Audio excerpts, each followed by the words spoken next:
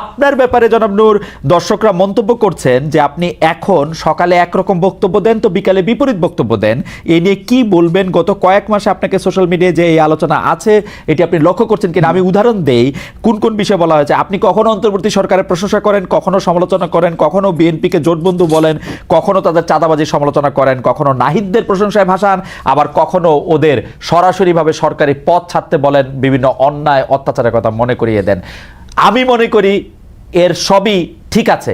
আপনি কি মনে করেন যে আপনি কি আসলে সকালে এক কথা বলছেন, বিকালে এক কথা বলছেন? এইটার ইন্টারপ্রিটেশন কি এরকম হইতে পারে যে আপনি কারো না কারোর সাথে কোনো না কোনো ভাবে কোনো না কোনো নেগোসিয়েশনের মধ্যে আছেন? জনাব নুরুল হক নূর।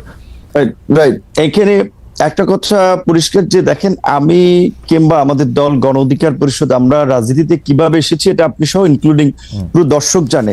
এখানে একটা বাস্তবতা হচ্ছে, যখন রাজনৈতিক দলগুলো রাজনীতির পরিস্থিতি কোণঠাসা কিংবা আওয়ামী লীগের অত্যাচার নির্যাতনে অনেকে তো হাল ছেড়িয়ে দিয়েছিল যে শেখ হাসিনার জীবদশা আর সরকার পরিবর্তন হবে না। সেই সময় কিন্তু আমরা ঝুঁকি নিয়ে আন্দোলন সংগ্রাম করে আজকের এই কোটা সংস্কার আন্দোলন, যে আন্দোলনকে কেন্দ্র করে গণ অভ্যুত্থান, সেই আন্দোলন কিন্তু আমরা শুরুর দিকে করেছিলাম এবং এই আন্দোলনে আমরা পাইওনিয়ার।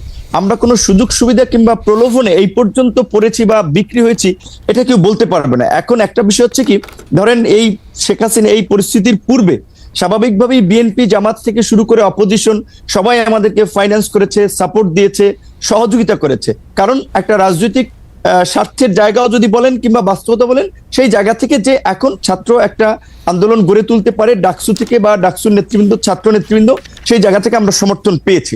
5ই অগস্টের পরে যখন আবার একটা রাজনৈতিক নতুন ছাত্রদের একটা উত্থান হয়েছে কিংবা রাজনৈতিক দলগুলো আগে যারা কোণঠাসা ছিল, প্রকাশ্যে সভা সমাবেশ মিছিল মিটিং করতে পারতো না, এখন সবাই যেটা একটা ওপেন ফিল্ড পেয়েছে, কাজে রাজনৈতিক প্রতিযোগিতার জায়গা থেকে এখন সেই সময় যারা সহযোগিতা করছে তাদের অনেকেই কিন্তু এখন আবার ভিপি নূরদেরকে একটা মাথা ব্যথার কারণ মনে করে, যে কারণে অনেকে একটা ড্যামেজ করতে চায়, ক্যারেক্টার অ্যাসাসিনেশন করতে চায়। আগে যেটা আওয়ামী লীগ করেছে যে কে বিকাশ এইটা ওইটা নানান ভাবে, এবং আপনি দেখেছেন কি হাস্যনষ্ট করেছে গত 7টি বছর। এখন অনেক কিছু বলেছে, কিন্তু একটা ঘটনারও কিন্তু প্রমাণ করতে পারে।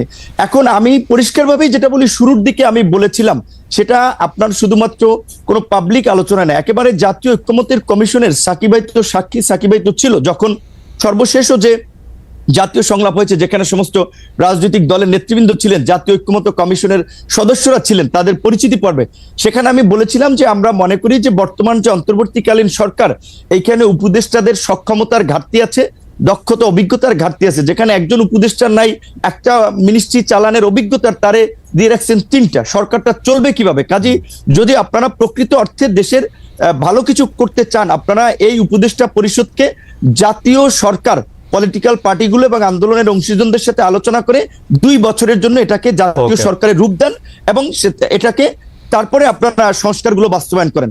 যেহেতু জাতীয় সরকারের পজিশনে আমি 2 বছরের সময়ের ক্ষেত্রে কিন্তু আমি একমত বলেছি, এবং এটা আওয়ামী লীগের আমলে আমি বলেছিলাম যে 2 বছরের জন্য জাতীয় সরকার। যেহেতু জাতীয় সরকার হয় না, এখন একটা সরকার হচ্ছে নির্দিষ্ট আপনার বলা চলে বলয়ের লোকজনের, এবং সেখানে এই যে ছাত্ররা এনসিপি একটা দল গঠন করেছে, আবার এনসিপির 2 জন উপদেষ্টা আছে, তো এনসিপি সরকারের থেকে দল বানাবে, সরকারি সুবিধা নিয়ে দল বানাবে, এটা কি কোনো দল মানবে? যেই কারণে কিন্তু আমরা বলেছি শুরুর দিকে সরকারের যে গ্রহণযোগ্যতাটা ছিল বা রাজনৈতিক দলগুলোর যে সমর্থনটা ছিল, এখন কিন্তু সরকারের কিছু কর্মকাণ্ড উপদেষ্টাদের বক্তব্যে এখন সেই সমর্থনটা তারা হারাচ্ছে। সেই জায়গা থেকে আমি বলেছি যে শুরুর দিকে আমরা 2 বছর জাতীয় সরকার, এবং গতকালকে আমাদের সংস্কার কমিশনের যে প্রস্তাবনা, সেখানেও আমরা বলেছি যে সরকার যদি আপনার এই সংস্কারগুলো বাস্তবায়ন করতে চায়, তবে অবশ্যই এই সরকারকে জাতীয় সরকারে রূপান্তর করে অধ্যাদেশের মাধ্যমে এই সংস্কারগুলো বাস্তবায়ন করবে রাজনৈতিক ঐক্যমত্যের ভিত্তিতে, অন্যথায় তারা পারবে না। কিন্তু সেই জায়গা থেকে আমি এইটুকু বলবো যে যারা এখন সত্যিকার অর্থে যারা এই এনসিপি কে কেন্দ্র করে কিছু নতুন সুবিধাভোগী লোকও তৈরি হয়েছে, যারা আগে কোনোদিন মিছিল মিটিং এ দেখিনি, রাজপথে দেখিনি, এখন তারা সমন্বয়ক, বড় বড় নেতা, এখন তারা মনে করছে যে আমরা যারা নির্বাচনের কথা বলছি তাদের খাবার তো বন্ধ হয়ে যাবে। যেই কারণে অনেকে ইন্টেনশনালি সোশ্যাল মিডিয়ায় এই ক্যাম্পেইনটা করছে যে বিপি নূর সকালে এক কথা বলে বিকেল এক কথা বলে। ঠিক আছে, আপনার বক্তব্য পরিষ্কার। সোশ্যাল মিডিয়াতে একেবারেই আপনার বক্তব্য, এটা অনেক উদ্দেশ্যপ্রণোদিতভাবে ক্যাম্পেইন, রাজনৈতিকভাবে ড্যামেজ করার জন্য, চরিত্র হনন করার জন্য। এইটুকু আমরা বলতে পারি। খালেদ ভাই, আপনাকে আওয়ামী লীগের আমল আমার মনে আছে মির্জা ফখরুল ইসলাম আলমগীর সাহেব আপনার একটা প্রোগ্রামে এসে বলছিল যে আপনার এই প্রোগ্রামটাতে তারও ভালো লাগে। এখন দেখেন আপনাকে কিন্তু অনেকে গালি দিচ্ছে, আবার আওয়ামী লীগের দালাল কাছিবাদের দোষর বলে।